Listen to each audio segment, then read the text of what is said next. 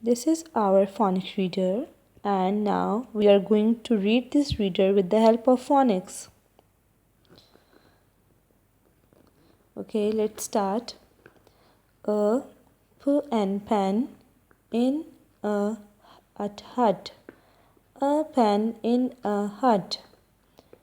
A f and fan in a v and van.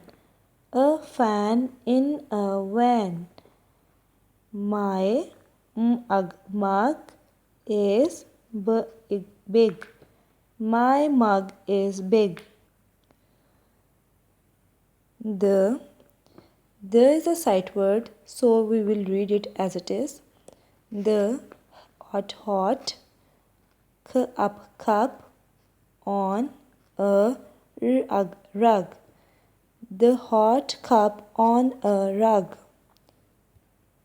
The big bag with a tag. The big bag with a tag. The fat cat sat on a log. The fat cat sat on a log.